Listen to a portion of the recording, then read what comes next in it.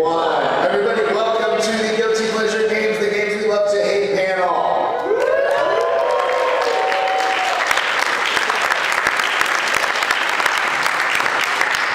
I am Blake Morse. I am the community manager for Midnight City. We are an indie games publisher, and we have a wonderful panel of indie game developers here today to talk about the games that they love to hate. So let's get it started right. Let's just go down the line and introduce everybody. Like I said, I'm Blake Morse. You can follow me on Twitter. Please follow my company on Twitter. They will pay me money.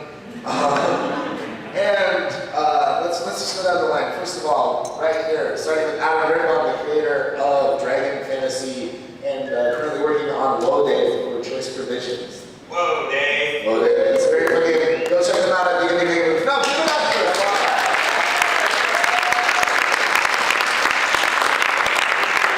Follow me on Twitter because I'll pay myself if you do that. All right, next up is Alex Holzer. She is a super rad lady girl who co-founded Robot Loves Kitty, and her husband and her occasionally make games with other cool humanoids. She is the official cat whisperer and also does game design, PR marketing, and business stuff. Ask her about 2 years working from a treehouse or the Satan Pizza. How was the Satan Pizza? It was crazy. And like seriously, we ordered a large pizza and it didn't fit in the doorway, unfortunately. And there was 3 of us, and I really wish they had warned us that 3 people could only like. That doesn't sound like Satan's work. That sounds like a miracle. Yeah. That sounds like there should be like a religious holiday. There was too much pizza. Pizza to last for When has there been too much pizza? No, we were all starving, and not one of us could even finish 1 slice. Like it was like just thick, and That's a we folded it. miracle. Yeah, pepperoni. And seriously, there was like a pound of pepperoni on this pizza. They didn't even like place it carefully. They just. I like this pizza. That doesn't sound that exciting. That sounds more like a holy pizza.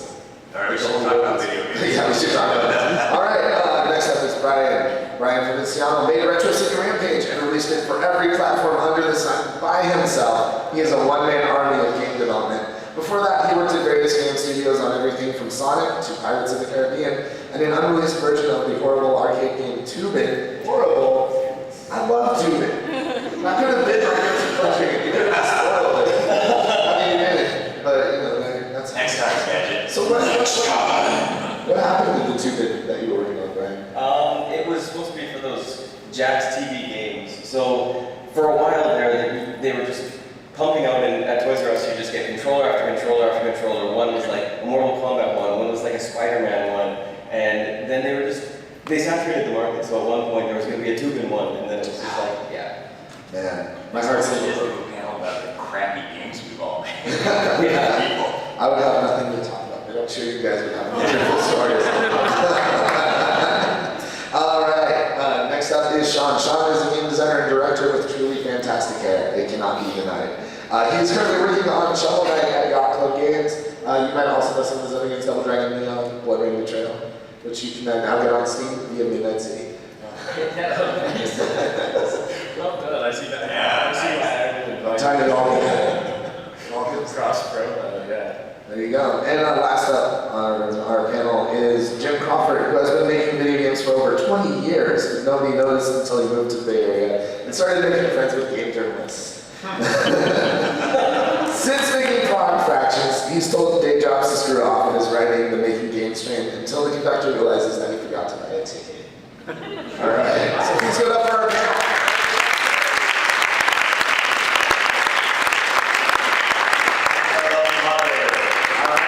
So yes, this is about guilty pleasure games. What does that mean? Well, these are games that aren't necessarily the most popular in the majority's eyes. You know, maybe they're not the best games, but for some reason they just hold a special place in our heart. Like, we can't get enough of them. It's not necessarily games you want your friends to see you playing because they probably give you some guff about it, wouldn't cut you any slack. So I think the best way to kind of show what these guilty pleasure games are is actually just let's do it. Yeah. Let's do our guilty pleasure games. All right, since I'm right here, we'll start off with me. I picked the Dynasty Warriors series. That's right. As you can see, the Dynasty Warriors series enjoys long walks on the beach and dislikes not killing everybody. I don't know what it is. I grew up in like the arcade era of gaming, and sometimes I just want to mindlessly beat the crap out of stuff. and not really think about it and not have too many goals or objectives or things to worry about. I just want to hack and slash my way through hundreds of thousands of people pointlessly, aimlessly even. And I can't get enough. I've actually been playing the new Dynasty Warriors 8 Extreme Legends to the Max Extreme in preparation for the panel, and it doesn't go away. Dynasty Warriors was the first game I bought for the PlayStation 2, and I played the crap out of it because there was a long wait for other games to come out.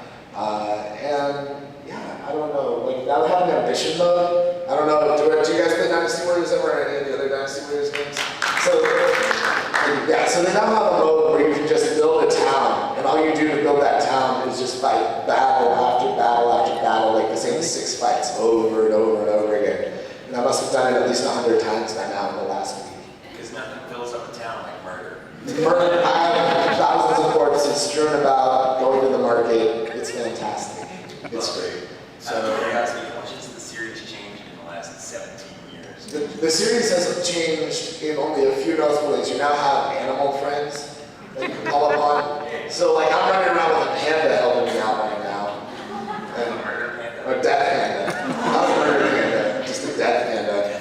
It's fantastic. You know, they give you like some things you can like now give yourself like health boosts or defense boosts, stuff like that. The moves really haven't changed that much though, honestly. It's still really the same basic combos. They just look a little flashy now. You can choose more weapons. But I mean, overall, the core of the game is still very much just slash, slash, slash, super slash, slash, slash, slash, super slash. And once you find that combo that kills everything around you, you're just doing that for like 3 hours straight. Yeah, so that's why I think Dinosaurs, and I don't think it's a bad, I don't think any of our games are really bad games. But it's not necessarily. Like I don't love, or I don't hate to love these games. It's like I really do love these games. You know? But it's not a clever title if we say games we love to love, and it's not too much. Yeah. Because we don't want to make it what we love. Yeah. We do it because we're doing that right now. So are you excited for Hyrule Warriors then? Yeah, you know, I don't have a Wii U yet, and I'm very tempted to get one, just so I can play as Ganon. This is the first game you're going to be able to play as Ganon. Right, like you can. And it's a Dynasty Warriors game. Yeah. All of you didn't see that. None of you did. I can see it in his eyes. Yeah, and I just got to give a special shout out. The Dynasty Warriors Venom series in particular has been my favorite of all time, because anything with giant robots that I get to kill stuff in, just I bought. Won't even like demo in it. Just paid for it. All right, and I guess Adam, that means you're up next, my friend. Oh, wait. You might say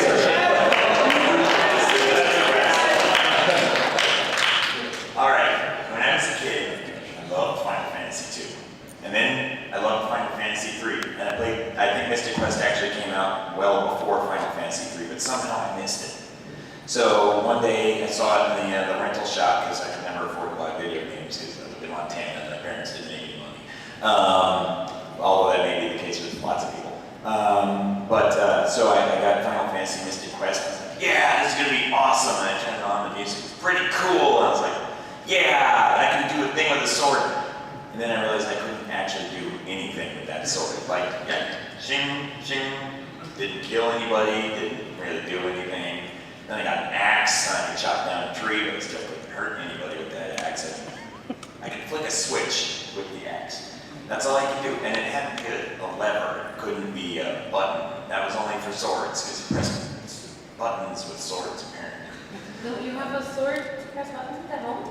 that's how I get all my light switches. Like I said, I didn't have a lot of money, so Use a stick. I had to use a stick. I had to use a stick. I think that cover is especially misleading because it really made me think that it was like it had something to do with Final Fantasy 2. Final Fantasy 2 back then, Final Fantasy 4 now. It's like I thought, I was really surprised that I was going to be playing as Cecil and Kane and Rosa and all that. It's like I was kind of shocked. It's like I didn't know how Final Fantasy worked at that point. Yeah, I had that same moment of shock. I told everybody, I think everybody kind of got it because it said Final Fantasy on it. Right. And for me, Final Fantasy 2 or 4 in Japan, whichever you want to number it by, that was the first RPG I ever played. So that just had me jonesing Same, yeah. Yeah, you're just like, I need to check this out, and then you play this, and you're like, it's nothing. Yeah. It's just nothing like the other games, and it's so heartbreaking. Although a guy I was talking to last night told me that his first love was the character Phoebe from Mystic Quest. He was really into her 16 by 16 spray. Yeah, for sure. So interestingly, I did a little research into it, and I'd always thought Final Fantasy Mystic Quest was because they call it Final Fantasy USA in Japan, so I thought it was made by an American team who just didn't know what they were doing. But no, it was made by the team that made Final Fantasy, I think it was Legend 3 for Game Boy Color, or for Game Boy, not Game Boy Color. That didn't happen for like 3 more years. So they, you can tell when you're playing the game that they started out having no idea what they were doing. And as it goes on, it gets better. You know, the graphics start to suck a little bit less, and the environments are a lot more detailed as the game progresses because they made it front to back. And that is the absolute wrong way to make a video game. So I'm just curious, why does it have such a special place in your heart? Because everything that Final Fantasy Mystic Quest did badly, Lufia 2 did good a little bit later. Like 3 years later. It's like, how many people in here have actually played Lufia 2? Not bad, not bad. Not bad. 10. Lufia 2, you could do all kinds of stuff with the weapons, and you could do it on the map. You could shoot arrows at enemies, and they'd be stunned, they'd stop. You know, Mystic Quest was one of the first RPGs of the Japanese RPG style that had enemies on the map. You could see them. That was mind-blowing when I was a kid. It's like, I can pick and choose my fight, but they don't move. They just sit there forever waiting for you to come murder them. And, it's very boring that way. But in Lufia 2, they move around. You know, you can get like a hook shot, you can use it for stuff. And so I think it's a game that like really, it set up a bunch of great ideas that everybody else took later and did really well. But actually not enough people had done stuff like that. I'd love to see more of that in our So it kind of, even though it failed, it kind of opened the gates up Yes. for later games that would actually be fun to play. Yeah. Plus, I also want to point out, Ryuji Sasai, who made the soundtrack to that game, freaking rocks. Like, that soundtrack is good, and that dude is in a Queen cover band in Japan, and he is awesome. There you go. Yeah. So why didn't you just pick like one of those other games that you would actually enjoy?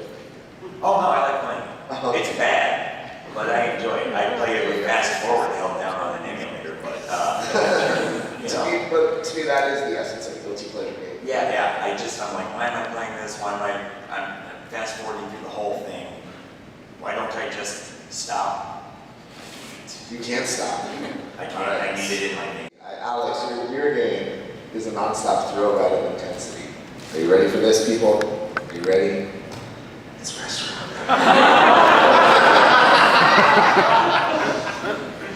Thanks, guys. I mean, do we have to say anything at this point?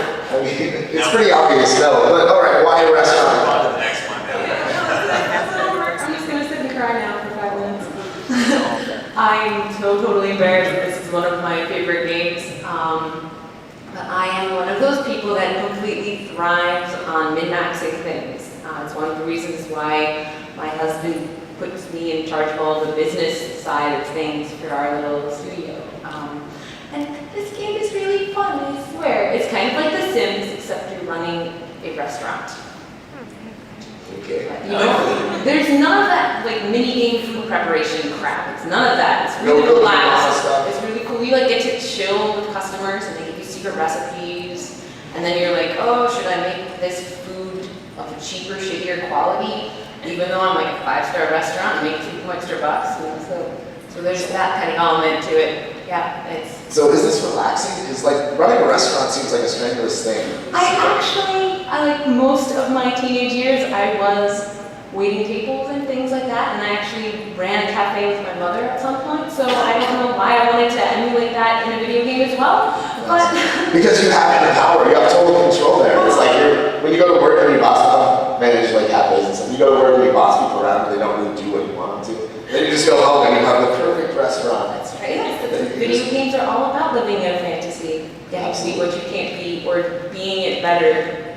And you fantasize about managing restaurants. Yes, and After managing owning restaurants that have giant lobsters decorating the roof, things things like I that. can really go. Yeah, Yeah, That seriously. sounds delicious. All right. But you actually, oh, go ahead. But I was gonna say, is there an action element to the game? Like, does it actually, like, is it a very, like, speedy thing where you're getting behind in the corners and you're having to deal with something like that? Is it more like you're, like, clicking sliders around? It's very much just the back end of running a restaurant. So there's no like chef brawl You or don't see the anything? tables, you don't see people, it's just like, things come through the door. So, You get to watch these little sim-like characters come in, sit down, order food. Is there like an accident prone like French maitre d' or anything like that? Like slips on everything? I think I could probably make a much more entertaining game with all of these suggestions All right. than that game. It's kind of embarrassing. Announced right now, Robot Loves Kitty making. Restaurant harder too. Restaurant harder. All right. And Yeah. two things? This is more a very interesting, strange story. I would love to.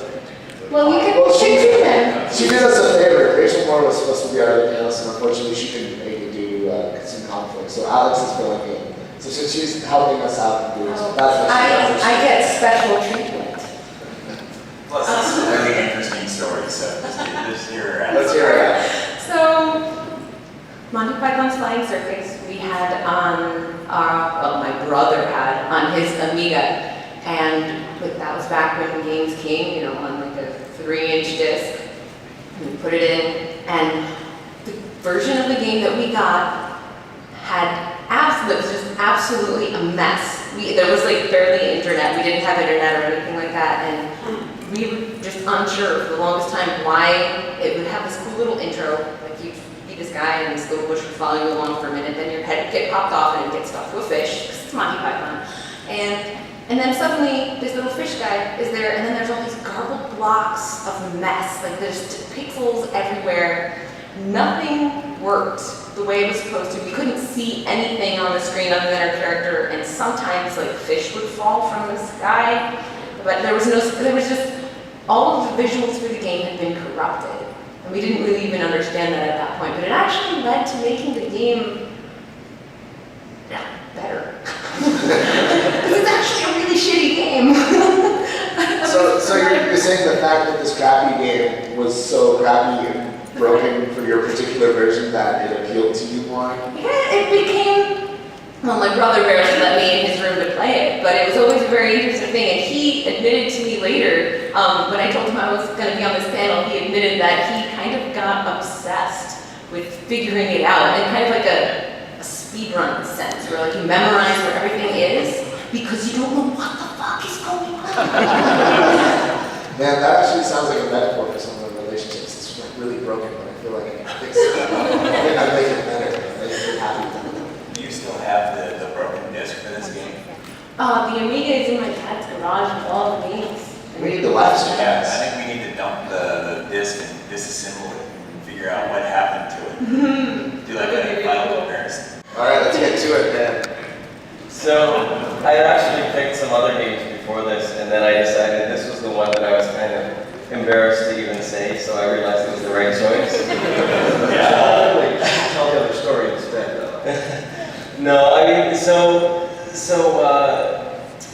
I have a tendency to like games that all my friends tell me suck. And Mystic Quest was one of them too, because I hadn't played the other Final Fantasy, so I loved it. And all my friends were like, it's not a real game, it's not a real RPG. And with this, it was too, I hadn't played stealth games before, and I was just such a Rockstar fanboy that almost my entire PS2 library was Rockstar games. I would just blindly buy them because they're Rockstar. And so I picked this one up, and it was a stealth game. I was like, wow, this is so good. And all my friends were like, no, this other stealth game's better, this other stealth game's better. Hadn't played any of those, and I looked at them and I'm like, nah, I don't even want to play any of those. And it did a lot of things that people just really hated. So it was really, really gory. And so people ragged on that, but Rockstar desensitized me, so it wasn't a big deal. Grand Theft Auto 2 already was out for a while. Yeah. I don't know why they worry about the board. When GTA 3 first came out, and you were in a third-person 3D game, hitting someone with your car, it was like, whoa! And then, a month later, And so Rockstar is, that I feel is the impact of violence in games, is they don't necessarily make us do bad things, they just desensitize us in the visual form. And it did other things too, though, that stealth purists just hate. Halfway through the game or something, you start to get guns. And to me, I love that. Like, now you had some power, and you have 3 bullets, and you can hide behind something and shoot someone, but the stealth purists were just like, they ruined the game by adding guns. And so, most people I know, maybe everyone I know personally, just says it's a bad game, but I just loved it, and I beat it, and then I went back and played it again. Even before I knew about this panel, I went back to play it again just a few months ago. You know, it seems to me like Rockstar makes a lot of sort of guilty pleasure games because State of Emergency. I was gonna say. Yeah, everybody hated that, but I enjoyed the crap out of State of Emergency as kind of a proof of concept, if that makes any sense. And I feel like Manhunt was kind of the same way. It's just kind of like Rockstar having this like sort of theory about a game idea and trying it out and just releasing the game. You know, and We were talking about something similar to that yesterday. Remember the Andrew WK game? oh yeah, Game? We were talking about it. It's like I was really afraid to talk about it because it's like, you know, patent pending. But it's like if we did, yeah, it's like an Andrew WK game that was like State of Emergency, but it's like Andrew WK's Party Hard the game.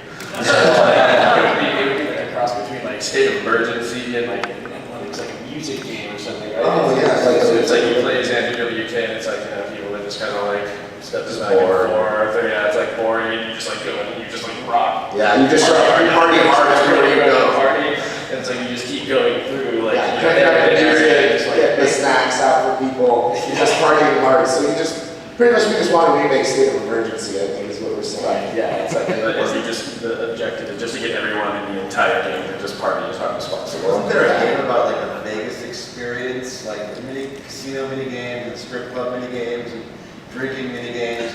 Was this ever released? No, this is Vegas. That's what it was called. It was announced, and it's never ever been released. I'm so sad. Yeah, but just getting back to Manhunt really quickly.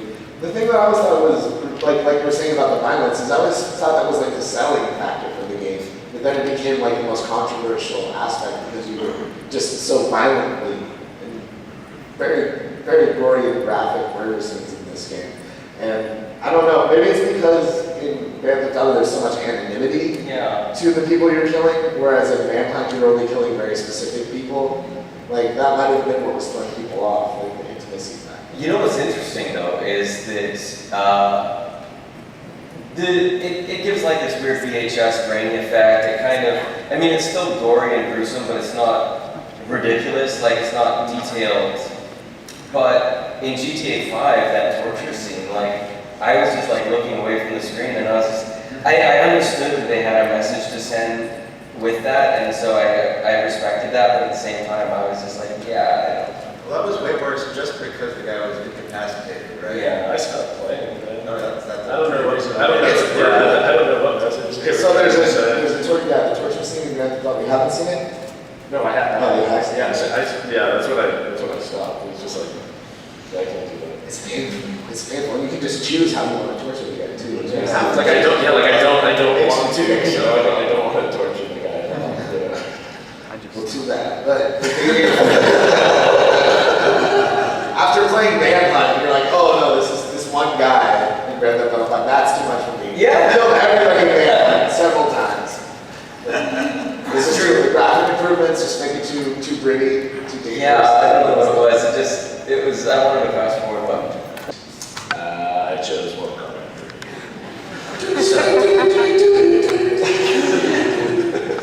I just don't know how the soundtrack to Mortal Kombat games is actually amazing. I The agree. garbage that was in the movie.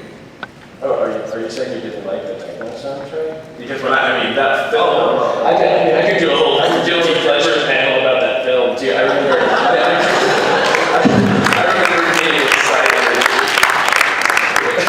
I remember being so excited for that film to come out, and I remember New Line Cinema was making it, and there was an article that was like, the Mortal Kombat movie seems to be going so well that they're putting like another like $2 million into like more special effects for the scenes, and I just remember reading that, and I was like, oh my god, this movie is so awesome. And my expectations were completely delivered on. I remember me and my buddy were there, and we were going to see the movie, and it was like, But they couldn't pay for a better song. That's what you're saying. that song was my jam for like so many years.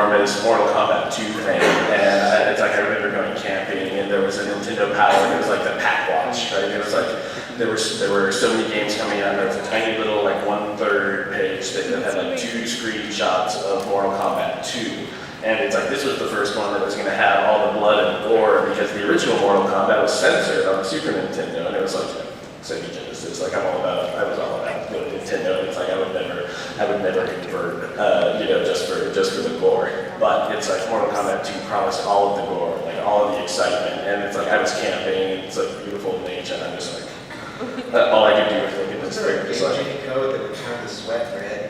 Oh, no, there was a Genesis version that you enter. They would give you the blood. yes. And I think it might have been on the second Super Nintendo, Mortal Kombat 2 had all of them. They just did Right, yeah. I mean, in Mortal Kombat 1, it was sweat would go off, and then all of the really gory fatalities were taken out too. So it's like, they changed Sub-Zero's fatality, so instead of the spine rip, he just like shattered an ice guy. I mean, it was very weird, but Mortal Kombat 2 was the one that I just like fell in love with, and so I played it just repeatedly, right, like over and over and over again. So Mortal Kombat 3, this is also the time when these games were available in the arcade before anything. So finally, like a Mortal Kombat 3 machine like showed up in the arcade, and it was like everything was different, and it's like everything was wonderful, but everything was also kind of terrible. Like they added dial combos where it's just like, I still remember it's like Sub-Zero, you know?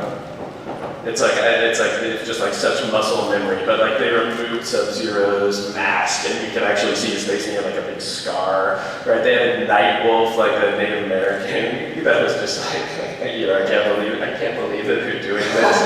Scorpion. That was the 90s, bro. It was progressive. I guess so, right? I guess that's inclusivity of some sort. But it's like they have the ketchup and mustard ninjas, the cyborg ninjas, Cyrax and Sector. Smoke, dude. I'm all about smoking Mortal Kombat. Right, yeah, smoke was there. I mean, yeah, Robo smoke. Do you remember the fatality where it's like you throw out all the bombs and then it panned out and it was the entire world, and it's like, so it was like, they took all of these mechanics, and it's like my friends all played Street Fighter, right? It's like they played Street Fighter 2, which was like a nuanced and like important fighting game. But it's like I loved Mortal Kombat. Like I loved Tales from the Crypt. I loved like blood and gore. I was like a teenage, I was a teenage kid, and so seeing that stuff, it was just like so exciting for me, even though I understood the mechanics weren't that great. On top of that, it was also like ridiculously tongue-in-cheek, right? It's like, this is the one where there were like animalities and fatalities in addition to fatalities, and it's like, so you could turn your opponent into a baby, you turned into an animal, and like the animations were so terrible, but it was also just like so wonderful, right? It's like they took Scorpion out and they just put in like this bizarre cast, like Shang Tsung was like totally different looking, and I just remember thinking, this is just so bizarre. But the run button totally killed it. Right. It's like just over here in the bottom corner. Yes. Completely useless. No point to it. Well, useless. Well, There were so many things that you could do with the run button. In addition to having to change up the arcade cabinet for like every unit, right? Yeah, you had to drill 2 holes in it. Right. Screw it in the joypad and solder it. Yeah, I think they added the run button to have some form of aggression in the game, right? To like stop people from turtling, and I think it really, I think it really worked. But the mechanics were just, it's like I understand now that they really aren't what they could have been. And like Mortal Kombat is always kind of like for me, it's like the ultimate expression of a beat game. But I guess that's why I love it. It's like I love beating beats, and I just loved it as a beat game. I feel like it took the Mortal Kombat series a long time to recover from Mortal Kombat 3. I feel like 9 is like, they're finally like, all right. Right, it's like, yeah, they have their groove back now. Well, I mean, Mortal Kombat 4, that one, I was like, should I? No, right? Because like Mortal Kombat 4, I don't really take any pleasure in it at all, right? That was the 3D Mortal Kombat. That was just like, they were trying out their new engine, and it was like, just really, really bizarre. Quan Chi, just kind of, let's link that. So at E3, whenever they were showing off God of War for the first time, I was like, what is this Quan Chi game that's happening? Right? Because Quan Chi is like he's like a ghost white guy, and he looks exactly like a God of War character. He looks like exactly like Kratos from God of War, and I was just like, is Sony making a Quan Chi game? That's so bizarre. I think they actually did make a Quan Chi game at some point, or like something similar. I remember they made a Mortal Kombat Shaolin Monks game. Mortal Kombat Shaolin Monks, Mortal Enemies, if anybody's ever played that, that's like it's. Mortal Kombat Shaolin Stay Monks, far by the away. way, if you guys haven't checked it out, is a really awesome two-player fighting game. Very similar to Double Dragon. Wait, Shaolin Monks? Yeah. Yeah. I mean, it's a beat 'em up, and you go through all the locations from Mortal Kombat. You play as Liu Kang and Kung Lao. And I mean, yeah, I actually thought that was pretty dang good. Yeah, that was actually really good. And much better than Mortal Kombat 3 by far. All right. I still love it. Last but not least, Jim Crawford, ladies and gentlemen.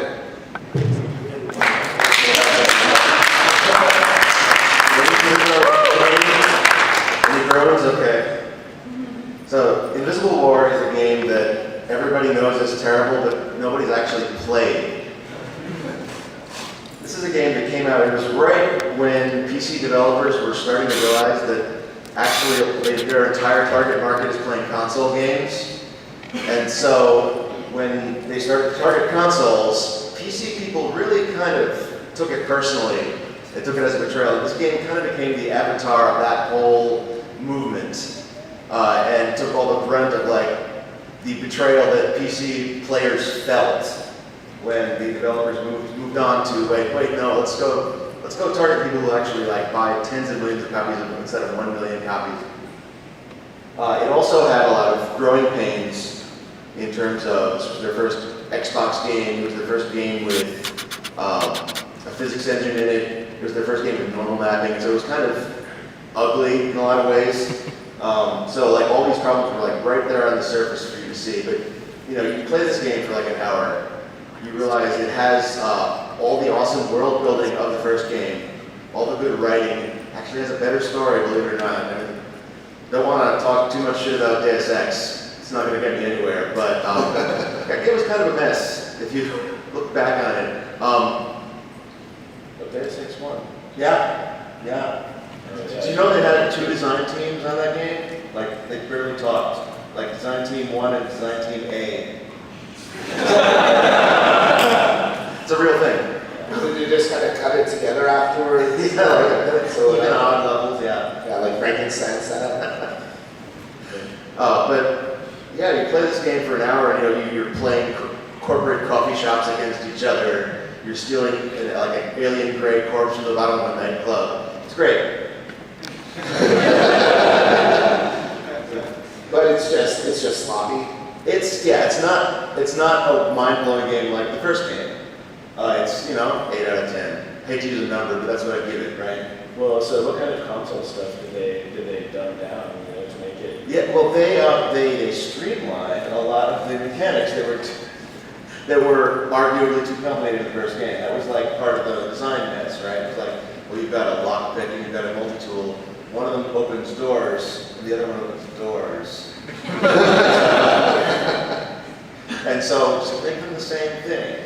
And they did an experiment with the unified ammo thing. I never really got the hate for that, but like everybody hated it. I mean, it didn't seem like a huge improvement to me, but I didn't see why. Like it was the one thing that everybody went to as like this is the worst thing ever.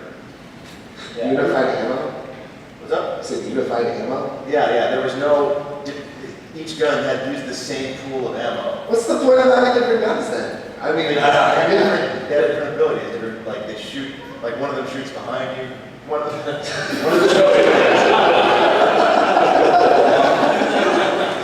Really see well in a first-person shooter. Yeah. All that stuff. That's what first-person shooters are. It used like different amounts of ammo, though, right? So it's like a rocket launcher, Yeah. 10 bullets. So yeah, no, they balanced it. Yeah. So, But that did mean that like when you ran out of ammo, you ran out of ammo for every weapon. So yeah. So are there places where that kills the game or anything? it never happened to me. I guess I'll have to play and find out. Yeah. I just remember the HUD being like enormous. Yeah, it was weird. It was like they wanted to make it analogous to like you were using the analog sticks to select things. So they made it a circle. And that's kind of awkward for like if you're a PC user, that's just stupid. Yeah, things like that. It's kind of weird though, it's interesting because like this was at the era when like PC games were really desperate for the attention. And now it's kind of leapfrogged back to now that consoles are desperate to get that PC market and they're trying to find like angle and creative ways to get like console players to come back. Or get console players to come back from PC.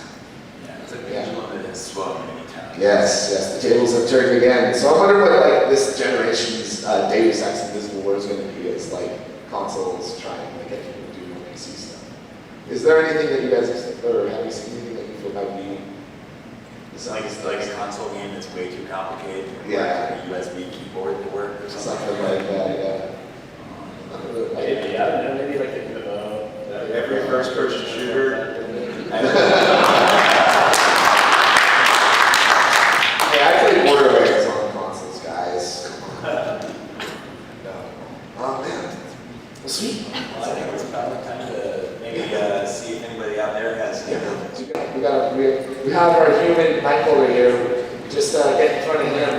And you know what, guys? I went the extra mile. I brought some sweet Midnight City t-shirts with me. So if your guilty pleasure game or your question is good enough, you might get hooked up on one of these sweet extras. But if it's not good enough. All of a sudden, more people. Hey, put the next slide on so that they Oh yeah. that. What's your favorite hamburger? What's your favorite hamburger? What's your guilty pleasure hamburger? Let's just go down the line. Jim, what's your guilty pleasure hamburger? Guilty pleasure, what's our Hamburger. There's a hamburger on Like there. McDonald's, Jack in the Box. You know, they have a restaurant in town, like, you guys should all go eat dicks. Yeah. I'll go eat dicks all day. Yeah. Sean? I really like Wendy's. Yeah. That's like Any particular burger? Yeah, well, it's like the double bowl. I mean, the Baconator is like kind of amazing. Like me and my buddy went, and at the end of it, he's just like, and somebody came by and he's like, dude, what's wrong? He's like, I got Baconated. And it's like, I like those burgers, man. They're so square and they're so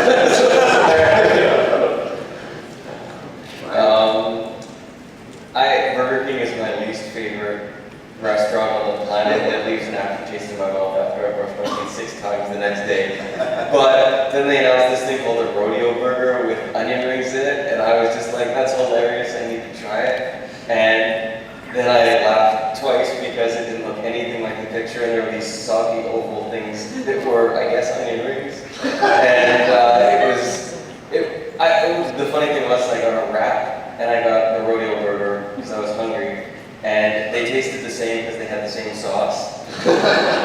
So It's yeah. all the same chocolate burger. It's probably hilarious. I like it. No, I like all burgers. Equally, that's cool. I'm gonna get Arby's on the way home. You're gonna get diarrhea. 100-mile drive to Oakland, I'm gonna get Arby's. This one time I had this thing called the American burger. It was like 100% ground bacon and bacon on it. I gotta say that's probably my guilty pleasure burger. But let's get to the audience, guys. Come on now. Now, what's your guilty pleasure burger? Hi guys. Alright. My guilty pleasure game is Metro Brother M. Oh! I'm fully aware it's a garbage game for trash people, but for anyone who hasn't played it, it takes the strongest female character in like all of gaming and turns her into a cutting rat who won't use all of the kick-ass weapons on her spacesuit armor because some old guy she doesn't work with anymore didn't say it's okay.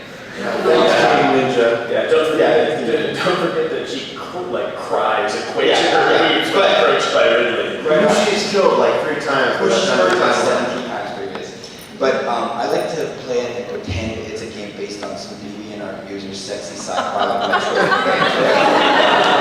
And then it's fucking awesome. So spot on accurate. Beautiful. Okay, All right, well, that's awesome. Come on down here. Actually, There's one shirt. You know what? You want a shirt? Throw All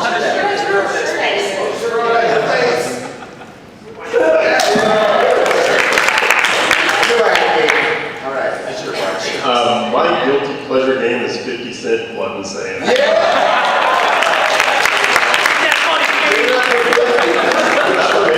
was the only one that actually played it, so. That game was actually scripted by like a Hollywood writer, like the guy that wrote Die Hard wrote that stuff. He definitely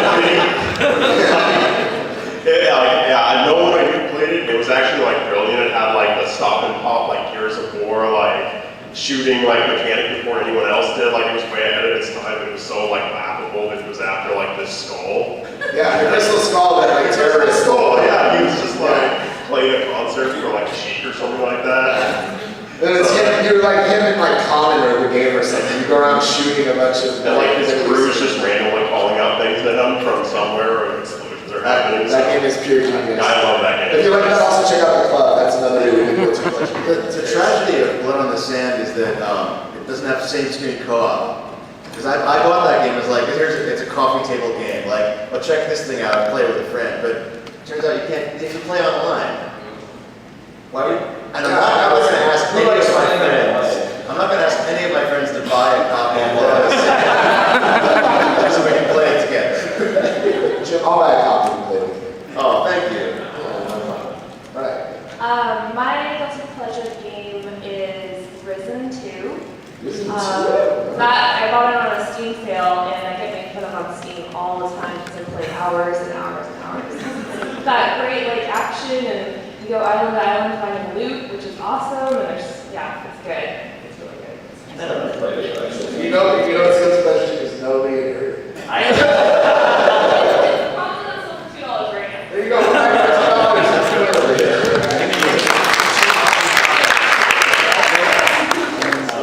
I have a bunch, but I'll just do like The guiltiest, just the guiltiest. guiltiest of pleasures. One of my favorite games of all time is a game called PN3.